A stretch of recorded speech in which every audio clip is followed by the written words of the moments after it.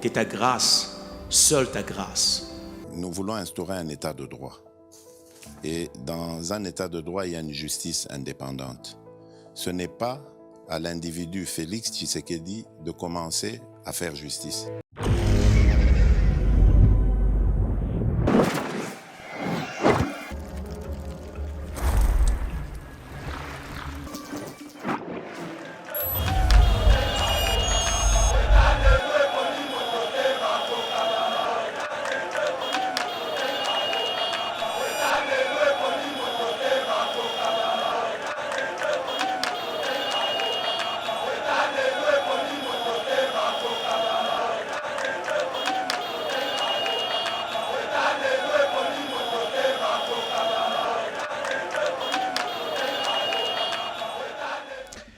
Bonjour, bande konyoso bozolanda biso na Yeba TV partout mokili mobimba.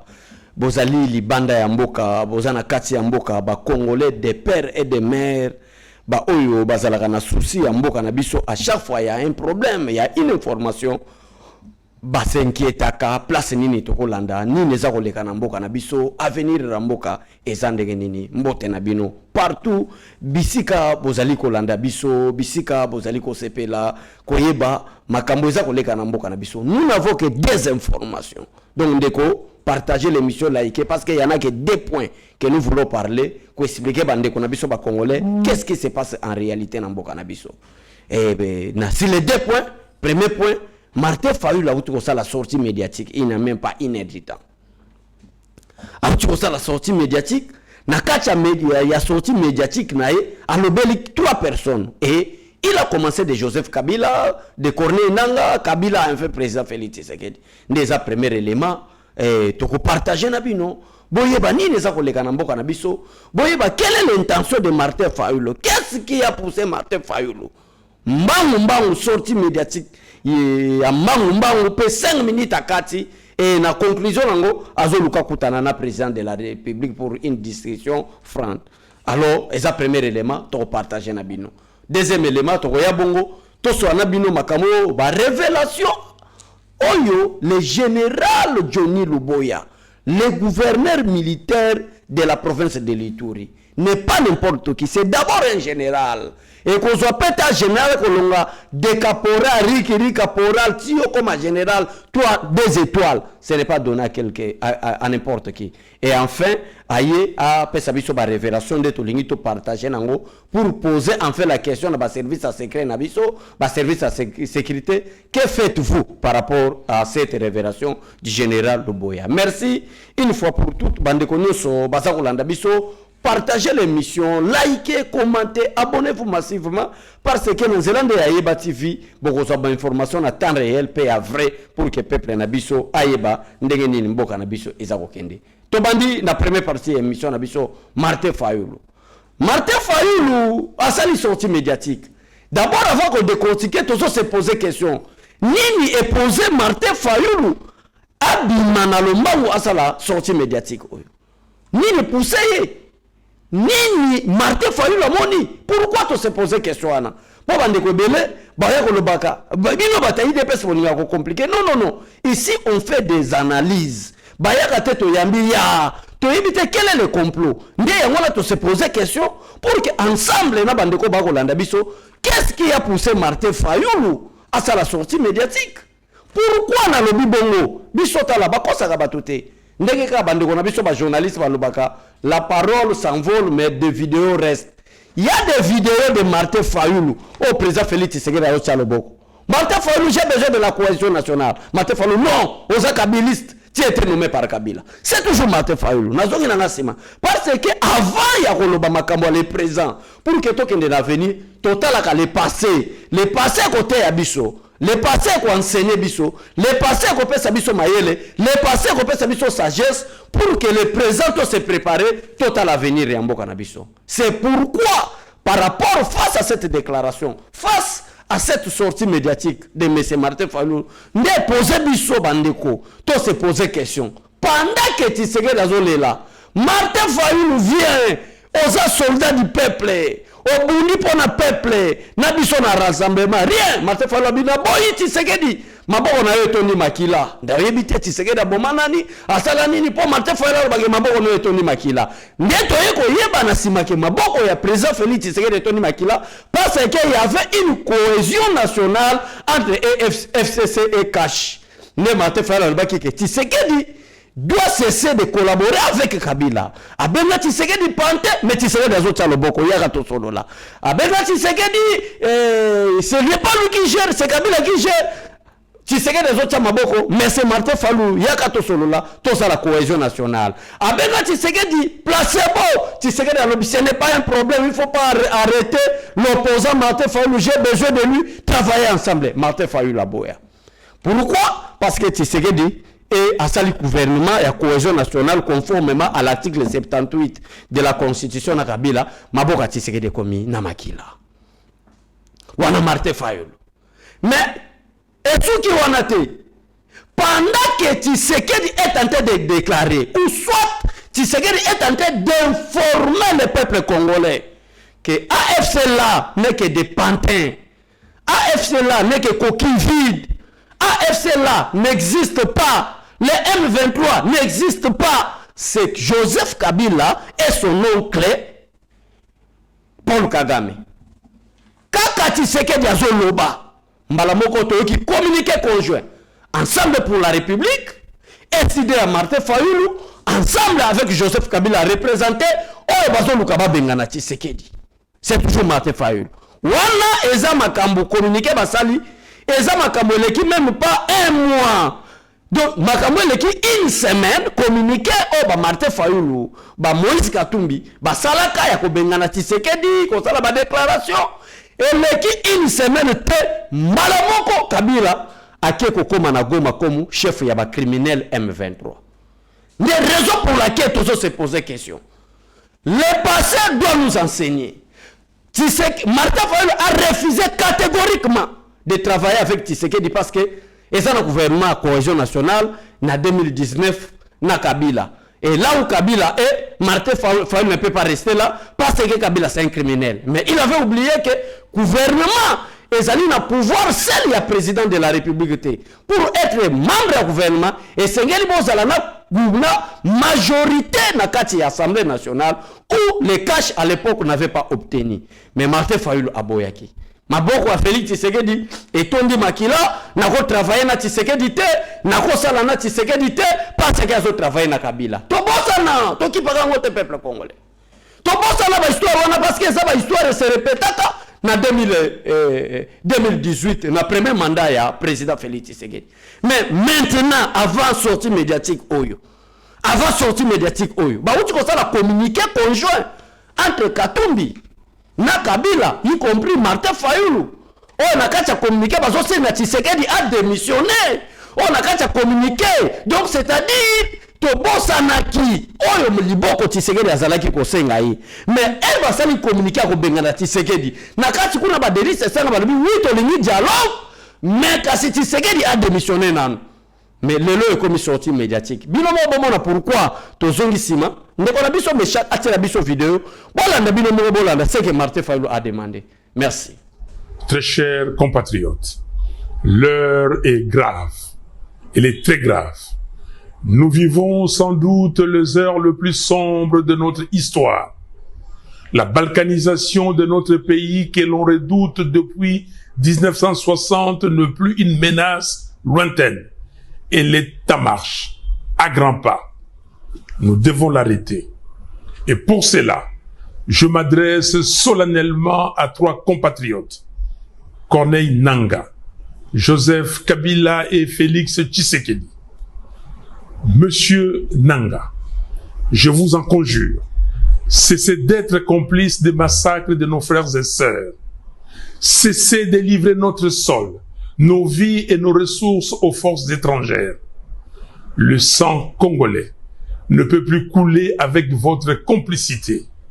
Aucune ambition ne vaut le prix de la souffrance de tout un peuple. Monsieur Kabila, aucune raison, même stratégique, ne saurait justifier une collaboration avec ceux qui déchirent notre pays. Le chemin vers la rédemption de nos erreurs passées, c'est le dialogue, pas la compétition. Je vous exhorte de quitter Goma, cette ville martyre, aujourd'hui occupée avec la complicité des forces ennemies. L'histoire ne pardonne pas les trahisons, encore moins celles faites à la patrie.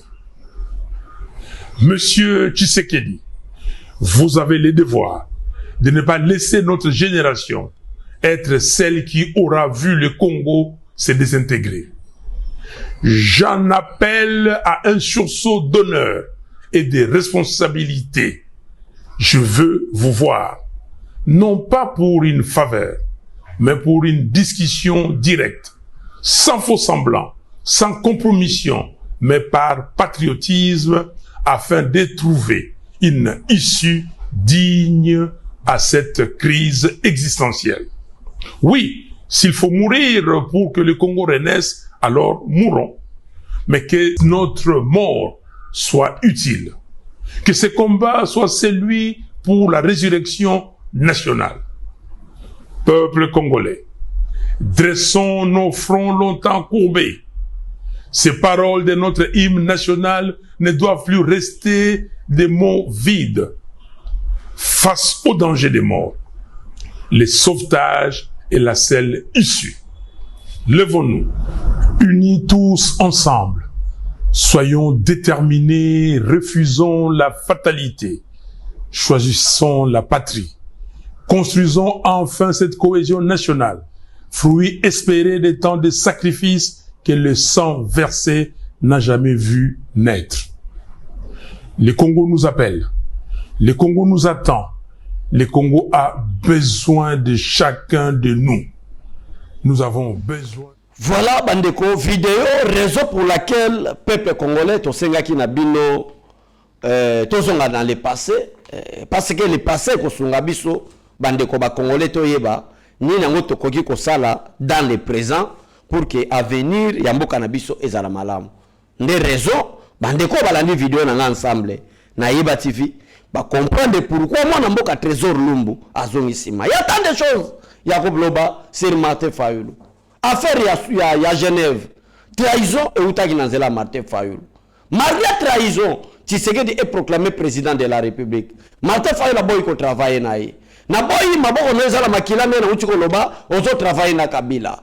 Tout cela, papa, kofinga Tshisekedi pante placebo, tout cela eza makambo na Outiko yebisa bino avant vidéo.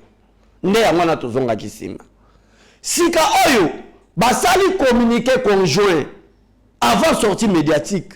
Basali communiqué conjoint. Na communiqué conjoint basangani na Kabila. Mais à bosani ete pendant que Tshisekedi azalaki ko senga loboko pour travailler, ya lobaki ke na koki ko travailler na Tshisekedi te parce que Tshisekedi azana cohésion na Joseph Kabila. Nani alandaka vidéo wana te. Malgré abosani yango, mais Tshisekedi a travaillé na Kabila, ba moni komeske que Kabila tie Félix Tshisekedi ba koka jam, ba moni komeske que gouvernement ilunka manene ezaki ko bloquer ba situation, Tshisekedi a lancé consultation Martin Fayulu Aboya pour que to ya gouvernement sama. Consultation baboya. Le nom des raisons pour laquelle Martin Fayulu azo bima bande konanga, alobi nazo adressé na 3 personnes. Na Corneille Nanga nazo adressé na Joseph Kabila ainsi que na 3 personnes. Non. Oko Kabola, Kabila, nananga te. Parce que Kabila za mwana ya musala ya Kabila. Nanga zali mwana musala Kabila. Comment est-ce que awa Kabila zo lancé consultation? Yo monite ke bango nyoso baza sima ya Kabila. Yo landi ata président na yote ozo loba na 3e personne. Fati a lobby que je ne peux pas négocier avec Nanga. Parce que Nanga n'est rien. Nanga c'est l'envoyé de Joseph Kabila. Joseph Kabila c'est l'envoyé de Paul Kagame. Si je veux coopérer avec Paul Kagame. Parce que c'est lui leur patron. Mais, et là, nous avons un suspect. Nous sommes d'accord, nous avons le président de la République, nous sommes d'accord, nous avons le Nanga. parce que ba massacre bandeko oyo bakokufa na Goma baza bandeko na biso lelo vérité koyebana ke Kabila nde azalaki kotia misolo oyo ayibi na bakongolais pendant 18 ans pour payer les M23 ainsi que AFC pour que ba massacre comme en nombre wana. Et aujourd'hui, selon l'Assemblée générale dans les Nations Unies, nous comptons plus de 15 millions de morts. Nous sommes pour Kabila. Mais na comprendre te sortie médiatique na yo et c'est ngeli opesa biso explication malamu premièrement. Oye mangu ya kosenga kokuta na mokonzi mboka nazo ya na discours wana bandeko nanga alobe je vais voir pour une discussion directe sans compromis. Donc alobe lobi makamba solo de voir le président Tshisekedi. Alors c'est quoi? Coup vous préparez qui après communiquer conjoint na Kabila na Bakatumbi échoué. C'est la question simplement nous posons. Tolito bambelo makambo na plateau ayebati vite que Martin Fayulu alobe loko songolo. Mais on se pose question parce que la carte a communiqué conjoint na bino avant sortie médiatique na yo on le baki clair que Tshisekedi doit venir comme président démissionnaire. Mais aujourd'hui, on le dit, il y a un message, on le dit, vu la situation actuelle, je vais voir le président de la République démocratique du Congo, son Excellence Félix Antoine Tshisekedi Lombo, pour une discussion directe et alliée. Mais, na communiqué conjoint. Mais, après communiqué conjoint, on a la sortie médiatique. Des raisons pour laquelle je me pose tout simplement une question de savoir, est-ce que coup d'État, vous avez monté, n'a pas délice sanga. Est-ce que coup d'État, qui en complicité, na M. Joseph Kabila, n'a Katumbi contre le président de la République, échoué, bon monique bon comme na souka ou soit na réformer encore question, soit bon monique ba piège nyo sobotchaki, na nenge boke ko bimisa M. 666. Joseph Kabila. Bon, monique bokoki tende raison pour laquelle on a une discussion directe na président Félix Tshisekedi. C'est ça la question que nous posons à M. Martin Fayulu. Parce que oyo sala oyo Tshisekedi na qualité na ye ya président de la République asengi beaucoup na bosolo la. Atia le boko na travailler na Martin Fayulu. Tout ça la cohésion nationale mon frère. Tout ça la unité nationale. Tout bundi sa tribalisme mon frère. Martin Fayulu boya parce que Tshisekedi. Mais comme sortie médiatique na yo. Yo sengi beaucoup tana du président Félix Tshisekedi pour une discussion directe sans compromis. Compromis aux alatés vrai. Aux assure que après cette discussion directe et comme même abisso na paix totale. Parce que ce que Tshisekedi cherche maintenant, c'est comment avoir la paix totale dans la partie est de la République démocratique du Congo. Et communiquer conjoint, en plus Martin Fayulu. Du fait que tu as compris que Joseph Kabila est ensemble avec Nanga, du fait que la sortie médiatique, on le dit noir sur blanc, que Bandeko Nabi Soba Koufi, situation est grave. Nayebi Olobi, Nayebi. Nakacha sortie médiatique na yo olobi cessez monsieur Nanga cessez d'être complice des massacres de nos frères et sœurs. Le sang congolais ne peut pas couler avec toi en tant que complice. Toyebi oyo komi oyo lobi. Je vous exhorte à M. Joseph Kabila, à M. Corneille Nanga de quitter Goma. Bien sûr. Mais tu dois d'abord commencer à demander pardon au peuple congolais. Si tu es vraiment sincère, discussion vrai, discussion directe, sans compromis, avec le président de la République, tu dois commencer d'abord à demander pardon au peuple congolais. Pourquoi? Parce que nous sommes convaincus que maintenant Martin Fayulu a compris. Même conformément à la parole de Dieu, la parole de Dieu déclare, si tu confesses tes péchés, Dieu est juste et il te pardonnera. C'est clair. Si tu as compris que quelque part il y a d'abord un péché, quelque part tu as participé avec des criminels qui nous tuent, qui tuent la population congolaise, dans la partie est de la République démocratique du Congo, si ta conscience t'a reproché, M. Martin Fayulu, la première chose à faire, ce n'est pas de demander à rencontrer le président de la République. La première chose à faire, c'est d'expliquer au peuple congolais que aux Alaki n'a qu'à la négativité, au lieu de la positivité, ozalaki kondima te maloba o président république azalaki koloba ke ba M23 ba AFC ezande Joseph Kabila na comprendre lokola na comprendre peuple congolais bolimbisa na et mais à toi le président de la république na une discussion directe na yo on allait comprendre donc il faut comprendre que oui Martin Fayulu c'est qu'il est sincère Martin Fayulu c'est qu'il comprendre tokokaki ko bosana ba défaillance nyoso otalisaki na peuple congolais dans le passé tokokaki ko bosana berere nyoso salaki dans le passé mais awa tozo banga confiance nini tokopesa yo parce que topesa yo confiance na Genève motema ya président de la république na Genève tango biso tokei toyokani tolobi ete parti politique oyo ezana ancrage national c'est-à-dire une représentativité au niveau national ndeye wana akobima candidat comme opposition bino nyonso na vote awa na Kinshasa bolobaki président Félix Tshisekedi coup d'état ya président Félix Tshisekedi esalemi na Genève yonde ozalaki acteur majeur ya remonter kuana tu n'as pas demandé pardon et je ne te demande pas ya recevoir pardon par rapport ya eloko elekaki mais je te demande de demander pardon au peuple congolais par rapport ya berere au memi peuple congolais à travers yo tribalisme linge kola makasi à travers yo obimisaki bimo ya tribalisme nde yangona eza peut-être berere tokobosana te parce que mutu nyonso na vie akometraka na berere toboite mais commencez à demander pardon monsieur Martin Fayulu c'est le pardon au peuple congolais ndenge na uti kotanga yelo Genèse complice à liboso yo o trahi Tshisekedi oye o trahi Tshisekedi deuxièmement Tshisekedi alobi yaka kasito travailler ensemble olobi maboko na yo ezana makila parce que o travailler na Kabila ngai na ko travailler noté oboyi o finir pantin o finir placebo olobi que ce n'est pas lui qui dirige c'est Kabila qui dirige tant que Kabila qui dirige moi je ne peux pas négocier avec Tshisekedi non na maloba non 3 Tshisekedi abomi Tshisekedi abomi coalition au basalaki na FCC abengi obo travailler oboya mais en bandaki ko zo ba raison que parce que Tshisekedi travaille avec Kabila ngai moyen travailler nezate mais elle a lancé consultation pour que bata FCC to boma coalition wana oboya ki toujours 3 4 oyo moko muto ataka Tshisekedi que Tshisekedi travaille avec Kabila, moi je ne peux pas travailler avec lui parce que c'est Kabila son chef. Yo moko dernièrement, vous allez communiquer conjoint na Kabila. Malgré Kabila en présence physique n'était pas là, il était représenté par rapport à ba crime oyo la justice congolaise est kolandeli a bangaki ko yao. Mais yo, OK, vous allez communiquer na Kabila, na Katumbi pour dire tozo bengana Tshisekedi.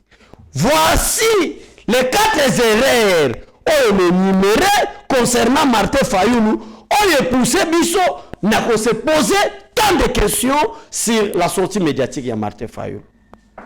Est-ce que conscience nationale est zongi? Est-ce que éveil patriotique est zongi? Est-ce que l'amour du Congo est zongi? Est-ce que Martin Fayulu a vraiment changé? Ou bien le peuple n'a posé question par rapport aux 4 erreurs énumérées sur Martin Fayulu? Est-ce que Martin Fayulu vraiment changé? Est-ce que conscience est zongi? Ndé na uchi kotangi la yo, Genève ye. Kofinga mokozi place boyi. Fatia ko tshele boko ya to travail ya boyi. Après ko boko benga na Kabila na gouvernement ko ezo to salaki na bango, Fatia lancé consultation à boyi. Tout cela. Kaka ye moko ataka Tshisekedi asali communiquer sur na Kabila. Donc ba comme ensemble na Kabila. Donc c'est-à-dire en d'autres termes, to koki ko loba ete tout ce que Kabila est en train de faire, yo pose ali complice na ye. Parce qu'aujourd'hui, Kabila est avec Nanga. Mais tout se peli, parce que tout monique, yo, oye ko sengo kutana mokonzi mboka. Yo, on comprend que nation est en danger. Yo, on comprend que vous allez na mabe. Oh, biso to senga to comprendre pourquoi tu n'as pas demandé pardon. Pourquoi tu n'as pas demandé pardon?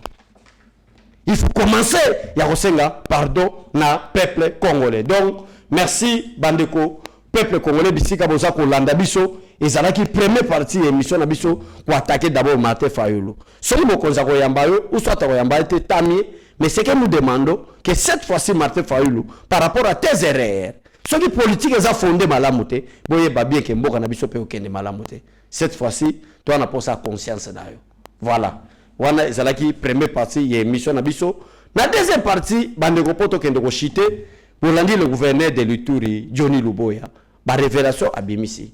Nde yango te to continuer to sengi na ndeko na biso Meshak ya kolukela biso vidéo wana ba abonné na biso Ayeba TV balanda ba révélation ngo ezali nini général Luboya lobi. Na début émission na yebisi bandeko na ba congolais que Luboya n'est pas n'importe qui. C'est d'abord un gouverneur, mais gouverneur militaire, un militaire qui a des étoiles, donc au longwa des caporal ti okoma na niveau ana eza facilité.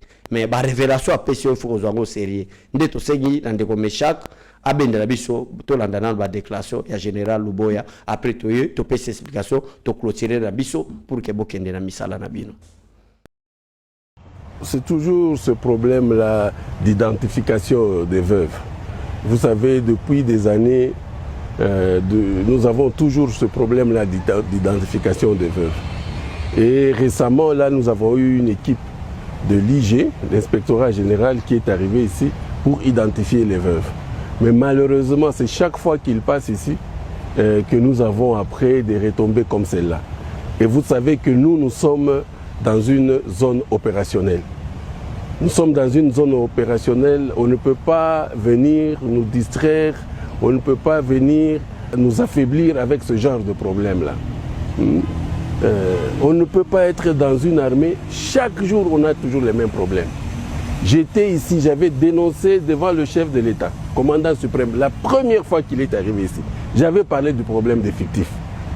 J'avais parlé clairement des problèmes des fictifs. Les gens ont dit tout ce qu'ils voulaient. Mais nous avons eu les conséquences. Je crois que tous ceux-là qui étaient à Goma, tous les commandants qui étaient à Goma, ils connaissent de quoi ça retourne. Des régiments qui n'étaient plus des régiments. Personne, on a donné des rapports et tout, mais rien n'a été fait. Là où il fallait avoir 1200 personnels, on a 300, on a 400. Et jamais ces gens-là ont été mis en cause. Alors aujourd'hui, ça revient encore la même chose. Alors que nous n'avons pas encore fini ce problème-là de personnel militaire. Bon voilà, maintenant aujourd'hui, c'est encore les veuves. Et malheureusement, cela se passe dans une zone opérationnelle. C'est que je ne peux pas accepter. Nous sommes au XXIe siècle. Je crois qu'il y a des choses que nous devons arrêter. On ne doit plus parler de ce genre de problème. Les contrôles là doivent être des contrôles sérieux. Et le contrôle, si le contrôle est sérieux, on va voir le résultat. Un militaire qui est au front, comme maintenant là, nos militaires sont en train de combattre là, le CRP M23, la milice de Thomas Lubanga, qui est, n'est-ce pas, allié au M23. Nos militaires sont en train de mourir. Mais s'il y a un militaire qui est devant l'ennemi, il apprend que les veuves ne sont pas payées. Pourquoi est-ce que ce militaire-là va se sacrifier? Il va dire le jour où je vais mourir, ça sera la même chose pour mes enfants. Ça touche vraiment au moral militaire. Ça touche au moral de ces combattants, de ces hommes-là qui sont vraiment à la ligne de front. Comment est-ce qu'ils vont combattre s'ils savent que s'ils meurent, à leur mort, on ne va pas s'occuper de veuves, qu'on va traiter leurs veuves comme on est en train de le faire aujourd'hui, qui vise à déstabiliser toutes les opérations. Ça vise à déstabiliser. Moi, j'ai eu l'information depuis le matin que ces femmes allaient se pavaner sans habits dans la ville. Imaginez qu'elles aient fait ça, qu'elles le fassent maintenant. Vous pouvez vous imaginer les conséquences? Alors que moi, en tant que commandant des opérations, je ne suis pas dans cette chaîne. Aujourd'hui, les militaires mangent 15 jours. Les vivres pendant 15 jours. Mais allez au ministère demander combien d'argent on est en train de donner pour les vivres. Aujourd'hui, les fonds, je ne sais pas moi, quadruplés ou je ne sais pas, les militaires doivent manger 3 fois. Mais quand ils ne mangent pas, et surtout ici au front, on pense que c'est qui? On pense que c'est moi. Quand les militaires ne sont pas payés, les gens, le commun de mortels pensent que c'est le gouverneur. Alors que je ne suis pas dans cette chaîne-là. Moi, je suis là pour les opérations. C'est vrai, je représente l'armée ici. Mais moi, je suis là pour la chaîne, la mise en œuvre. Et la mise en œuvre, c'est le combat. C'est tout, la guerre. Et l'autre chaîne, la logistique et l'administration, ça c'est à la région militaire et ainsi de suite. Donc ces choses-là doivent être claires. Merci. Bandeko, to lingaki to senga vidéo, il y a Général Luboya pour bandeko ba comprendre, ba service na biso ya renseignement, ba service secret, le service à sécurité, en commençant du ministre de la Défense nationale, parce que Makambo est allié. Nini, la révélation Nini, le général Johnny Luboya Bimisi. La veuve militaire, c'est-à-dire Oyo, Mibali na bango bakoya ki na champ de guerre, ya liboso. Mutalobe en waza général. Basi o batikali ba veuve, c'est-à-dire Mibali na bango bakufa ki na front, na bitumba ba M23. Bazo futa mate. Le général Boya s'est posé question.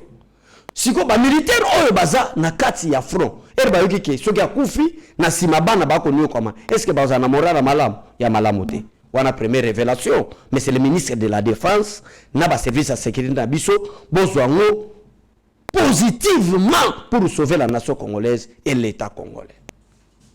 Ba veuve ba futa bangote.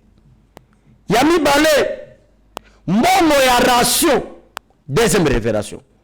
Pendant un mois, le gouvernement a mis pour que les militaires soient en front. Lui, il parle beaucoup plus aux militaires qui sont en front. Ration Oyo et Bimaka pour que les militaires soient moins biscuits de guerre, soient sardines, soient moins mailles, soient équipements élémentaires. Il y a Bitumba. Et il y a pendant 30 jours. Mais les militaires soient pendant 15 jours. Voilà deuxième révélation. Avant de avoir sa explication. Troisième révélation, il y a un gouverneur militaire, le général Johnny Luboya. Alors, qui a fait sa proposition dans le ministère de la Défense. Alors, il a senti. Donc, Tigo Mezokoya, lui n'est pas le gouverneur du Nord Kivu, lui il est le gouverneur de l'Ituri, mais a informé déjà le ministre de la Défense par rapport à l'effectif, il y a des militaires. Commandement et régiment. Selon Johnny Luboya qui est le général, alors régiment moko, il faut 1500 militaires. Mais il y a Goma, il y a 300 militaires. Si on a 300, on a 250 infiltrés. Est-ce qu'on a dit malade de Koranga congolais? Selon le général Luboya, un régiment compte 1500 militaires. Mais le régiment, ils ont na Goma, ils ont 300 militaires. Sans compter l'infiltration na kati. Nda appelle ça qui proposition. Proposition et comment te yebite. Wana ezali ba révélation. Oyo le général Luboya de l'Ituri appelle ça qui. La question que nous posons seulement, monsieur le ministre de la Défense, est-ce que biloko oyo le gouverneur de l'Ituri a lobby ezali à l'okuta to eza solo? Mais ce qui est solo, parce que déjà il faut ton dimaquer eza solo, parce que lui au moins aza général a fani na Kinshasa ou Atagota manaba jeep, mais aza la front province n'est menacée par ba M23, par bata FCC, AFC plutôt. Lui-même en personne a été contacté par deux personnes. La première personne c'est Madame Olive Lembe pour lui corrompre.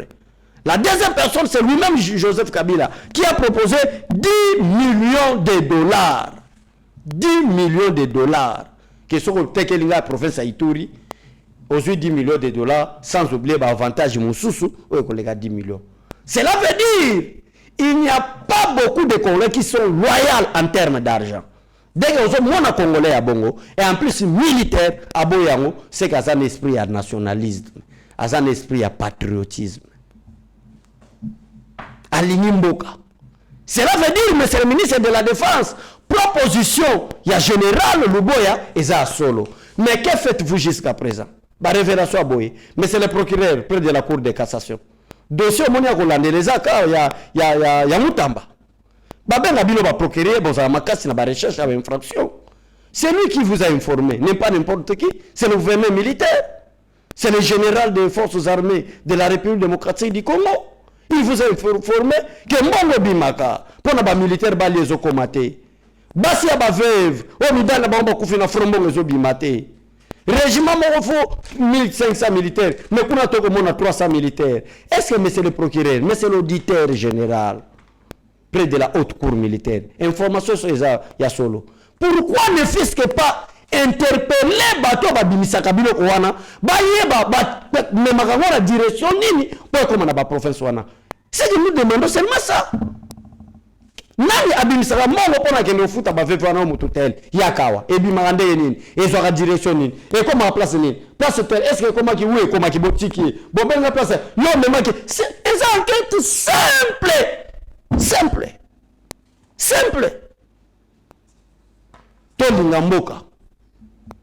tolinga mboka. Merci na onde koshima Shagi. Merci peuple congolais. Bisika boza kolanda biso. Partagez l'émission, likez, commentez. Dès qu'il y a toujours l'information, tozo na Yeba TV, to pesa bino ba information. Donc lelo to suka na des éléments wana ya Martin Fayulu na général John Luboya na ba révélation apesi. Nzambe apambola Yeba TV, apambola République démocratique du Congo. Pourquoi pas biso ba communicateur sérieux ya Fati Beton, nzambe apambola biso to kendeliva et à tout à l'heure. Bye bye. Seigneur, que ta grâce, seule ta grâce. Nous voulons instaurer un état de droit. Et dans un état de droit, il y a une justice indépendante. Ce n'est pas à l'individu Félix Tshisekedi de commencer à faire justice.